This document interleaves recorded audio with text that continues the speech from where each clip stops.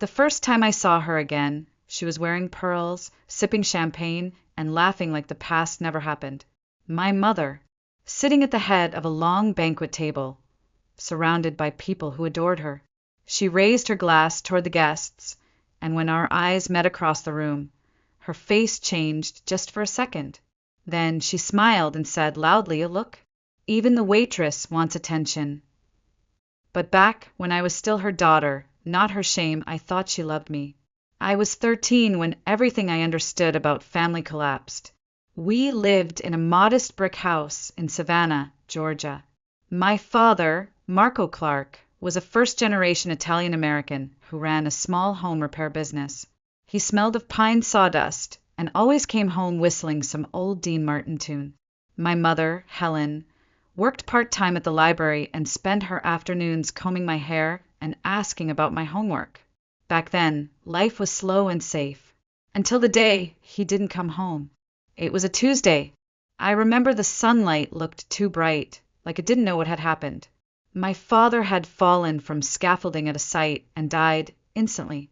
There was no goodbye, no final words, just a folded uniform and a funeral card with a smiling face.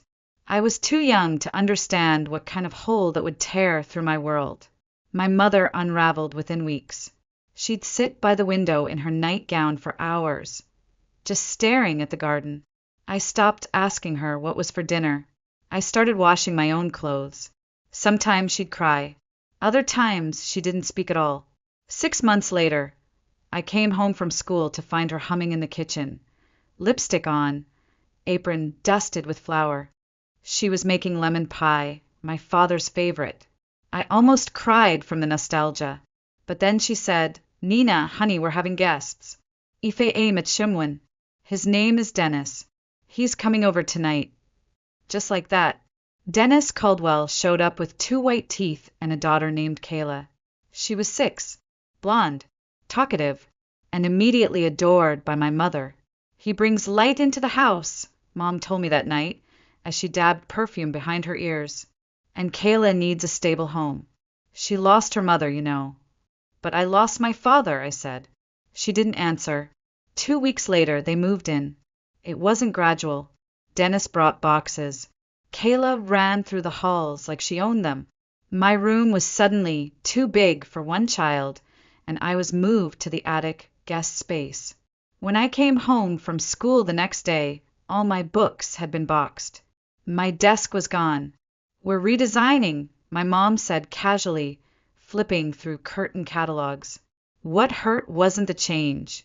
It was how quickly I became invisible. At dinner, they talked over me. Dennis corrected my manners constantly. Elbows off the table. "Don't chew like that." Kayla would spill juice and giggle, and he'd say, "She's still learning." But when I dropped a fork, he said, "You're 13. No excuse." My mother just sipped her wine and nodded. And then there was Mrs. Caldwell, Dennis's mother. She'd visit every weekend, criticizing everything. One time, I wore my dad's old flannel shirt around the house. She pinched my sleeve and said, "What kind of girl dresses like a lumberjack?" Another time, she caught me reading on the couch. "Lazy posture leads to lazy habits," she muttered, pinching my spine. Mom laughed like it was a joke. The worst came when she'd cup my face with her cold hands and say, "Such a strong jaw for a girl. Are you sure you're not the boy of the house now?" Then she'd pinch until my eyes watered. One night, I looked in the mirror and found a dark bruise blooming on my cheekbone. When I showed Mom, she said, "Don't exaggerate. You bruise like a peach." That was the first night I cried myself to sleep in the attic and realized no one would hear. By the time I turned 14, Kayla had a new bedroom set, violin lessons, and a spot on the cheer squad. I had blisters from walking 2 miles to school because Mom said the gas bill was too high for extra trips. She bought Kayla a pink bike with streamers. Mine had been sold in a garage sale without asking me. I tried to speak up once. I asked if I could join a weekend cooking class at the community center. I'd been watching videos online, secretly collecting recipes in a notebook, dreaming of being a chef one day. Mom barely looked up from folding laundry. Who's going to watch Kayla while you're off playing with knives? I thought maybe Dennis. He works. And Kayla needs stability. You're old enough to help. That was the end of that. Dennis started referring to me as the help. Did the help finish the dishes? Tell the help to clean up Kayla's mess. At first, I thought it was a joke. Then, he started saying it in front of guests. Kayla soaked it up. She began demanding things from me. Juice, snacks, help with homework. Then complained when I got it wrong. You're not smart like my mom, she once said, clutching a spelling book. No wonder Daddy says you'll never get far. I wanted to scream, but instead I just nodded and added another mark to the inside of my closet door, a tally for each time I swallowed a scream. Then came the day everything changed. It was spring, and I'd just returned home early from a canceled field trip. The house was too quiet. I walked into the kitchen and froze. My mother and Dennis were sitting at the table with a man in a suit. On the table, a folder of documents. I caught a glimpse of a name, mine. Full name, social security number, date of birth. What is this? I asked. Mom blinked, startled. Dennis stood up fast. You weren't supposed to see that. What is it? I asked again. A loan application, he said curtly. We're putting the new mortgage under your name. I stared. What? Why would you? It's just paperwork, Mom cut in. You're not really responsible. It's for credit reasons. Temporary. But I'm 14. Almost 15, Dennis snapped. You live here, don't you? Eat our food? Sleep under our roof. I didn't ask for this, I whispered. You're part of the family, Mom said coldly. Act like it. That night I lay awake for hours. I Googled every word on that form. I didn't understand it all, but I understood enough to know they were using me. Not just emotionally, legally, and I had no one to tell. By summer, the changes were more aggressive. Mom canceled my library card. You spend too much time hiding in books. She took my sketchbook and burned it after Kayla claimed I'd drawn a mean picture of her. It was a rabbit, holding a sword, but that didn't matter. The final straw came one afternoon when I came home to find Kayla throwing a tantrum. Her tablet had died mid-game. She screamed for an hour. Instead of comforting her, Dennis barged into the attic, yanked the charger out of my wall and handed it to her. Why do you get to have electricity up here when she's upset? He shouted. I was doing homework.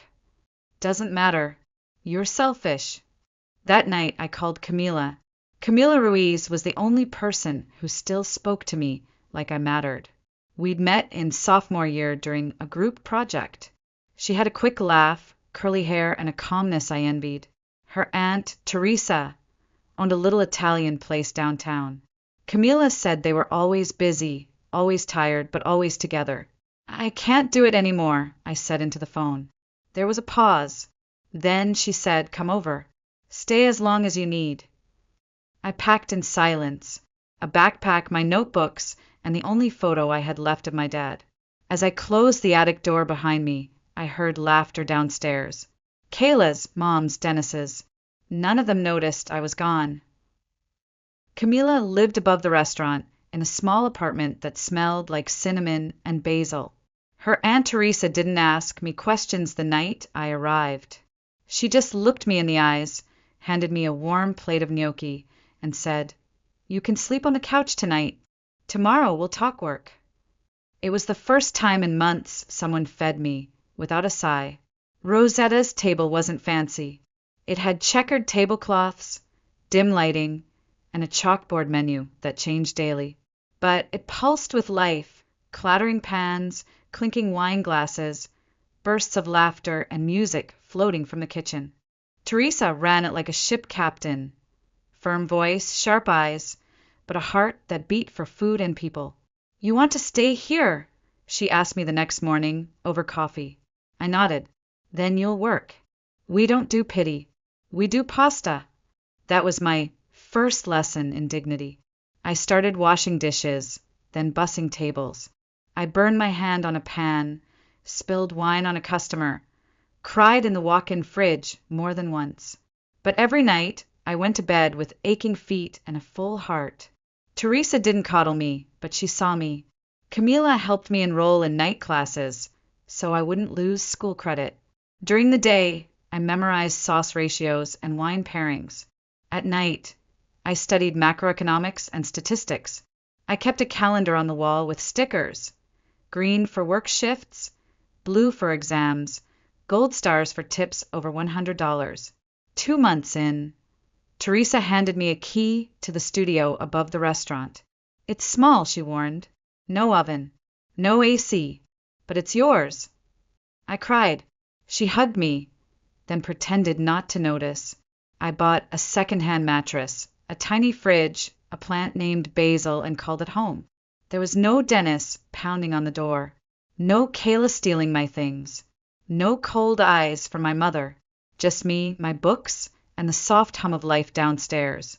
My first paycheck, I bought myself a pair of kitchen shoes. Non-slip soles, black leather, 100% mine. I stared at them for a long time before I put them on. They felt like armor. The following year blurred into motion. I became a server, then a hostess, then shift manager. Teresa would bark, "Nina, count inventory," or "explain this overhead cost," like she was testing me. But when I got it right, her eyes softened. "You've got a head for this," she said one night. "Better than mine, honestly." She started letting me sit in on meetings with suppliers, watch her renegotiate wine contracts and plan seasonal menus.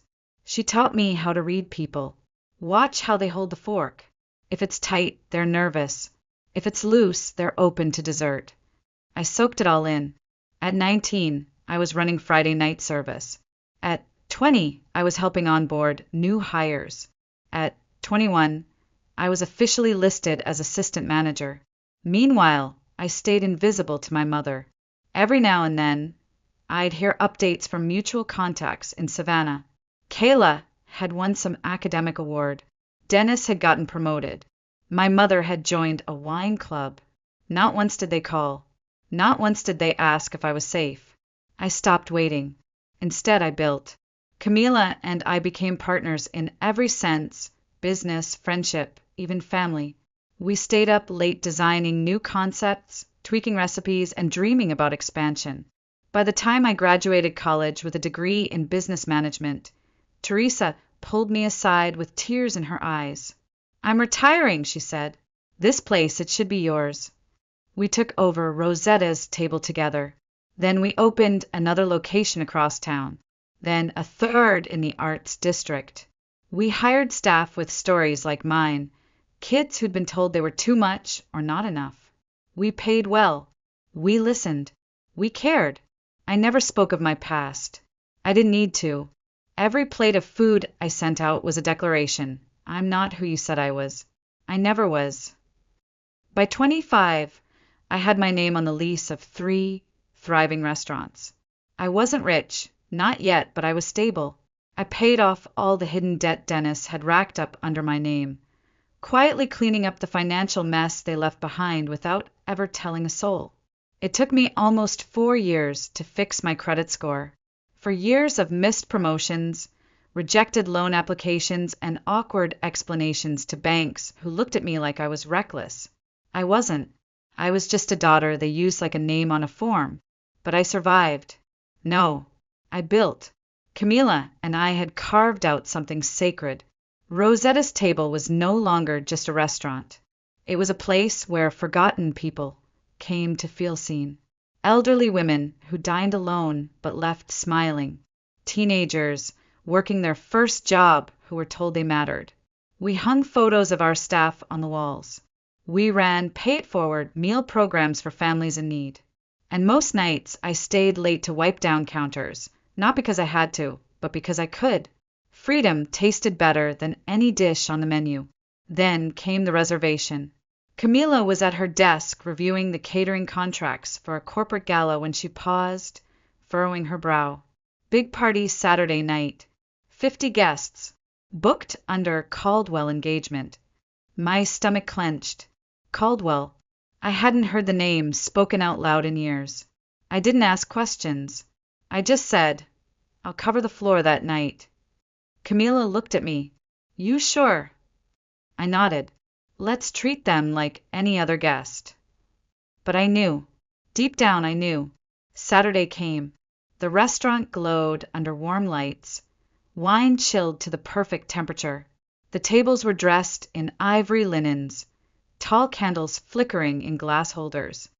I stood upstairs in my office, adjusting my name badge on the navy blazer we designed for partners to wear on special occasions. Across the gold embroidery, Nina Clark, co-owner. I walked downstairs just as the guests arrived, and there she was, my mother. Her hair was perfectly curled, lipstick deep mauve, and her signature pearl earrings glinted under the chandeliers. Beside her, Dennis, a little grayer, still wearing that smug air like an accessory, and Kayla, grown, glowing, in a sparkly engagement dress with a man on her arm who looked like he played golf for a living. I froze. Then I smiled. It wasn't fake. It wasn't bitter. It was the smile of a woman who didn't need to prove anything anymore. They hadn't seen me yet. I moved between the tables, checking on servers, nodding at guests, offering wine pairings with practiced ease. The party settled in, laughter growing louder. My mother was holding court at the center table, regaling guests with stories I'm sure were polished for perfection. Then she saw me. Her eyes locked on mine. There was a pause, a flicker, recognition, and then she smiled. But it was the old smile, the cruel one, the one that came before something sharp. Well, well, she said loudly, drawing attention. Even the waitstaff dresses fancy these days. A few chuckles. Then Dennis added, didn't know they let anyone with a name badge serve wine now. Kayla turned. Oh my God, she whispered to her fiancé. That's my stepsister. I approached the table slowly, my voice calm. Welcome to Rosetta's table, I said. My name is Nina. I'll be ensuring everything goes smoothly tonight. My mother leaned back, swirling her glass. You're still doing this? Still playing house in someone else's kitchen? I said nothing. Dennis grabbed a flute of sparkling rose, lifted it toward me, and in one swift motion, tipped it. The cold liquid splashed down my blazer, staining the white shirt beneath. Gasps echoed across the room. Oh no, he said with mock sympathy. I made a mess. Better get someone to clean that up. Kayla laughed. I guess some people never move up. I stood still for 3 full seconds. Then I reached into my pocket, pulled out the slim black leather binder, and laid it gently on the table. Camila appeared beside me, silent and composed. According to the service agreement signed upon booking, she said clearly, opening the binder. Any verbal harassment or physical misconduct toward staff or owners is grounds for immediate termination of service. Dennis frowned. Owners. Camila turned to him, eyes glinting. Oh, you didn't know? This establishment is co-owned by Nina Clark. You remember her, don't you? Silence. Then I spoke, softly but firmly. You'll need to leave. All 50 guests. Now. Dennis's mouth opened. Nothing came out. My mother's face drained of color. Kayla sputtered something about her engagement cake. I didn't flinch. Our staff began clearing the tables. Some guests tried to argue. Others just stared. A few pulled out phones. And I stood there, wine still dripping from my sleeve, heart beating steady, finally in control. The restaurant fell into a hush as guests realized what was happening. Some stood awkwardly, glancing between the staff and the party hosts, unsure whether to defend the bride-to-be or slowly distance themselves from the chaos. Others pulled out their phones, pretending to text but recording everything. You could feel the discomfort in the air. Thick, awkward, electric. Dennis tried to stand up tall, straighten his jacket. This is outrageous. We paid good money. Camila didn't even blink. And you signed a contract. Section 5.3. Immediate termination in the event of abuse toward staff or owners. No exceptions. I didn't know she was the owner, he snapped, pointing at me like I was something he stepped in. Camila's voice stayed calm. Now you do. Behind me, two members of our security team stepped into view. Quiet, unmoving. Kayla's fiancé leaned in and whispered something to her. She pulled away and glared. Are you seriously siding with her? I'm siding with the people not getting us thrown out of a restaurant, he muttered. My mother hadn't said a word. She sat there, hands folded tightly in her lap, eyes locked on mine. Her pearls suddenly looked heavier on her neck. Then she finally spoke. You've changed. I tilted my head. No, I just stopped shrinking. The servers cleared the last of the wine glasses. Napkins were refilled. Candles snuffed out. It all happened with quiet precision, like we'd rehearsed this moment for years. Mrs. Caldwell, the woman who used to pinch my cheeks until I bruised, clutched her plate of ravioli like it was a holy relic. You can't take my dinner, she snapped as Miguel gently reached for it. This is harassment. I'm calling the health department, the media, the mayor. Miguel didn't say a word. He simply removed the plate. Red sauce splattered on her blouse.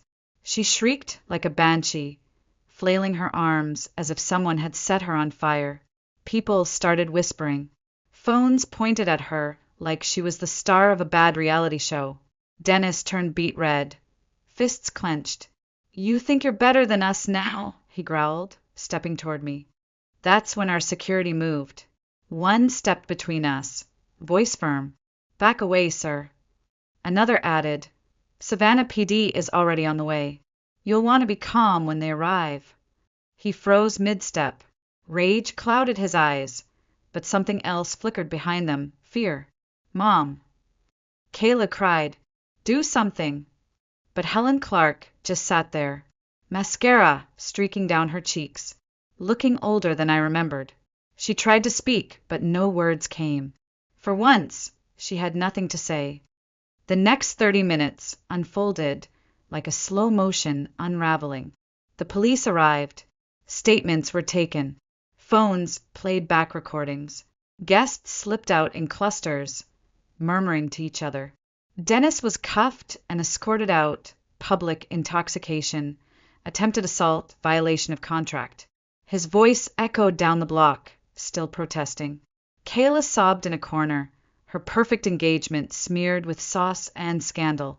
Her fiancé stood beside her, arms crossed, silent.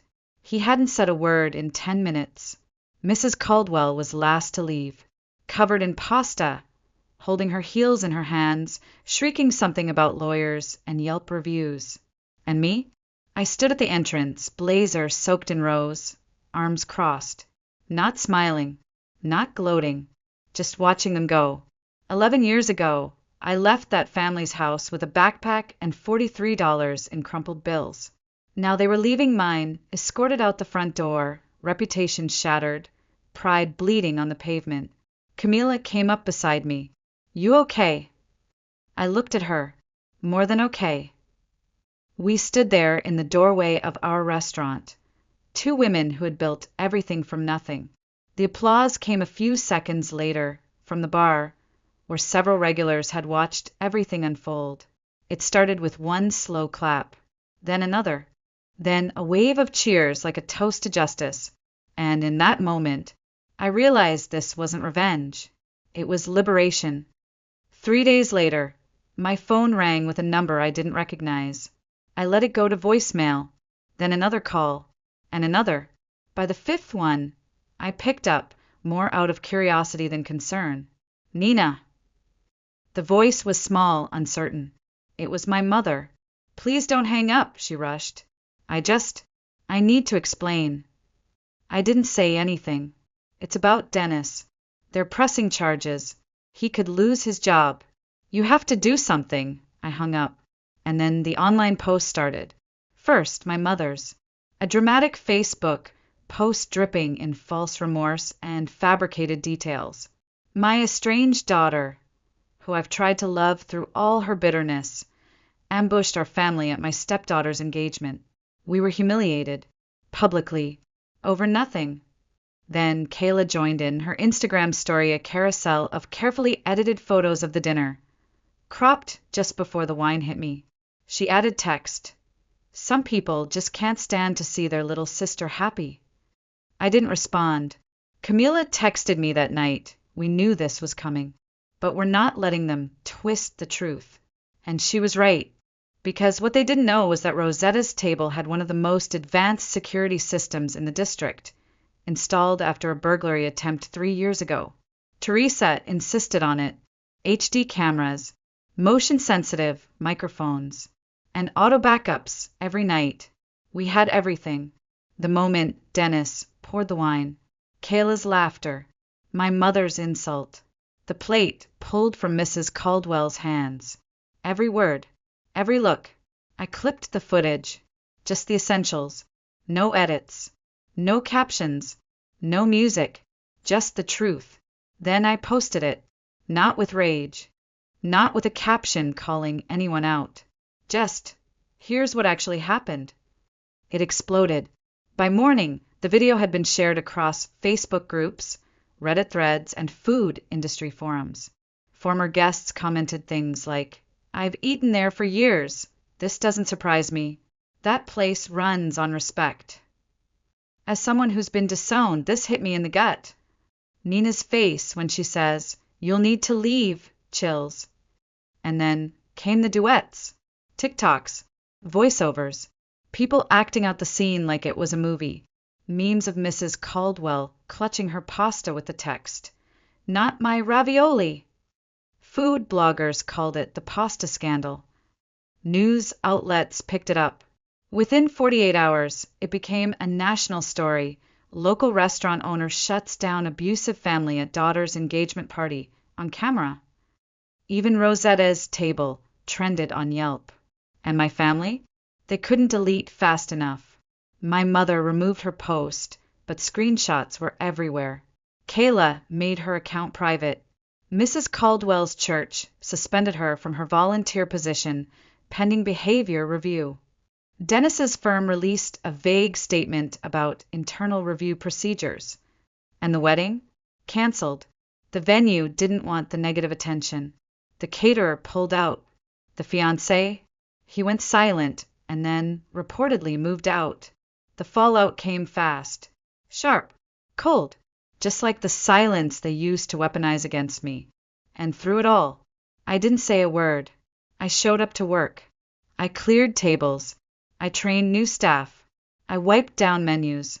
And every so often, a guest would come up and whisper, "You did the right thing." Or hug me. Or cry. It was overwhelming. But it was real. I wasn't a waitress anymore. I wasn't the invisible attic girl. I wasn't the girl who got pushed aside for a shinier daughter. I was the woman who owned the building. The video didn't just trend. It lived. It lived in comment sections where strangers shared their own stories of being scapegoated daughters, discarded siblings, overlooked children.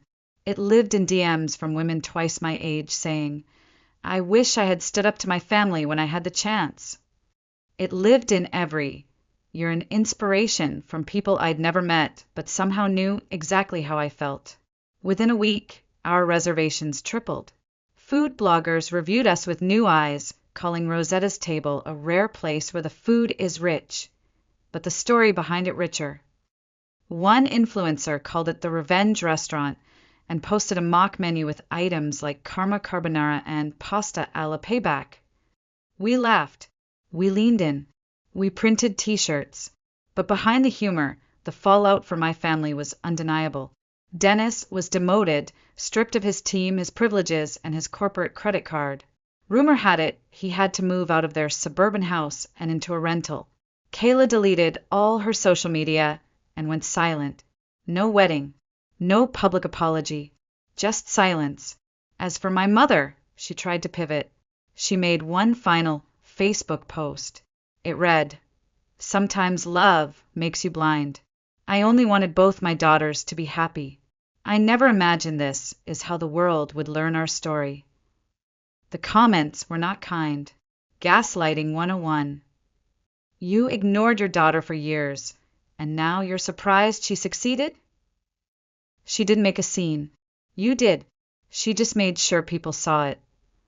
The internet didn't let her escape the truth. But the real shift wasn't online. It was inside me. One night, after closing, I stood alone in the middle of the restaurant. The chairs were flipped, the lights low, the air smelled like garlic and lemon and something old and safe. I looked around at everything I had helped build, the photos of our team, the quiet strength in every detail. And I thought of her, of Helen Clark, the woman who used to kiss my forehead at bedtime, who braided my hair and read me stories, who taught me how to set a table with the forks in the right order, and then sat by while that table was used to humiliate me. She had made her choice, over and over. People asked me if I wanted to reconcile, if I would take her back now that everything had changed. But the truth is, I had already grieved her, not in one loud moment, but in 1,000 tiny silences. Every birthday ignored, every milestone missed, every cry that went unanswered. By the time she called me a waitress in my own restaurant, I wasn't angry. I was done.